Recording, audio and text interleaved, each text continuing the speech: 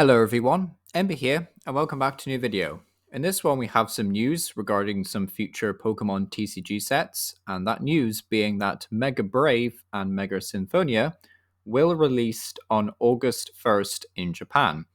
The sets will feature Mega Lucario X and Mega Gardevoir EX respectively. So, for those of you who don't remember, basically Mega Lucario had the attack Mega Brave, whereas Mega Gardevoir had the attack Mega Symphonia. So it's basically looking like, yeah, they're going to be the poster boys for these sets, and then I'm assuming we'll see some like psychic support for Gardevoir in the Symphonia set, and then some additional fighting type support in Mega Brave. If I had to take a guess, I'd imagine we'd see at least one or two other Megas in these sets. I'd be very surprised if we don't see at least a few more, because I don't think Pokemon will want to keep going with like the regular EX chain of things. Like we will still get EX Pokemon in a way, but I think they will try and push forward the new Megas. So yeah, that's pretty good news. And also, the prefix of each set will be Pokemon card Mega, again confirming the TCG is departing from the Scarlet and Violet series. Okay, so we are moving away from Scarlet and Violet, which I guess is a little bit of a shame. I feel like we've just got here really, but yeah, we're getting into the Mega series now. So yeah, I think this is soft confirmation as well that this won't just be like a one-off mechanic, really. Like we won't just see 3 or 4 megas. We will see a whole bunch of them. However, having said that, there is supposed to be the release of like, I think it's Gen 10 next year. So like if that's going to happen, then we probably won't spend too much time with megas anyway, but I would expect at least to see a few sets of them. So that's really cool. Releasing alongside the sets will be a premium trainer box Mega for 6,350 yen. This is the typical toolkit that comes with a variety of stable cards for decks and a bunch of booster packs. So, for example, this is what one of them looks like. I would imagine we'd see like either a reprint, well, not a reprint, but like an alternate art of Squawkabilly or like maybe Pheasantipity as an alternative. But something like that anyway. If they release Pheasantipity in one of these, that'd be great. But yeah, that's the trainer's toolkit. On September 5th as well, however, Japan will get 2 pre-constructed decks named Starter Set Mega Gengar EX and Starter Set Mega Diancie EX. These will cost 1,800 yen each and will be configured like the Marnie and Steven decks. So we don't know what either of these do. This is just the older Mega art from the Mega series back in XY. But they will be constructed like the Marnie and Stevens. So I'd imagine we'll see, some like nice alt hearts basically.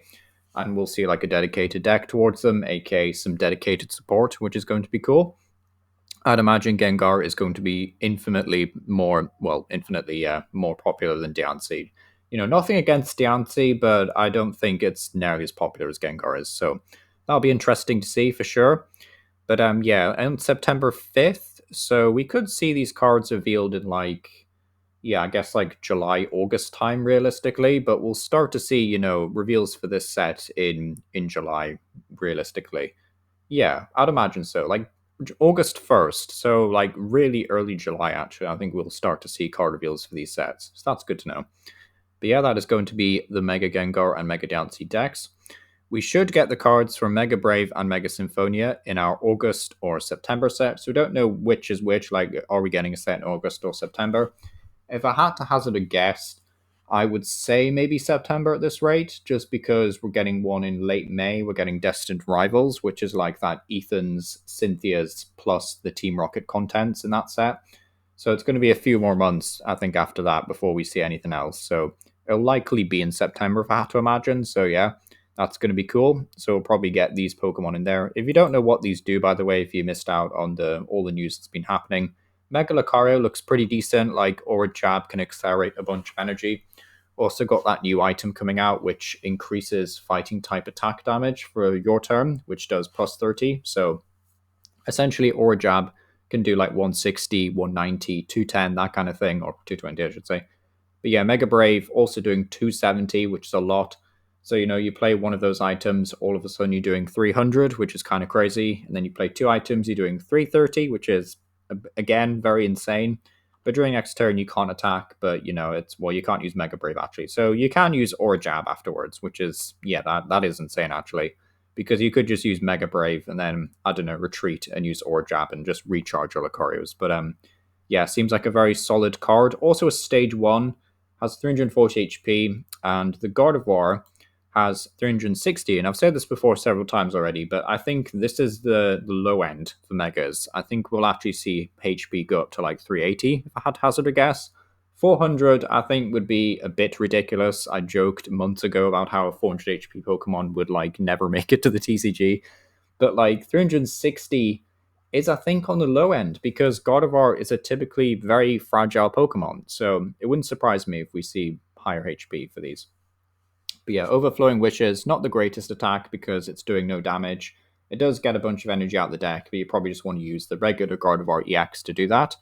Then we've also got Mega Symphonia, which does 50 for each psychic energy attached to all of your Pokemon. So yeah, definitely a Gardevoir EX partner, but I'm sure, well, I'm kind of assuming that we'll see additional support for this Gardevoir as well as, the Gardevoir EX deck. If I had to hazard a guess, because I think they'll probably try and make it so Mega Gardevoir sticks around even after Gardevoir EX eventually rotates, which is not until like next year. So that's a while off. Yeah, we don't need to worry about that. But Mega Gardevoir, yeah, I think they will release some support for this and some additional support for Mega Lucario, as well as some other fighting types, which, would be good. As for the other Megas, Gengar is fairly self-explanatory. It's a stage 2 like Gardevoir, so it'll just evolve from Haunter.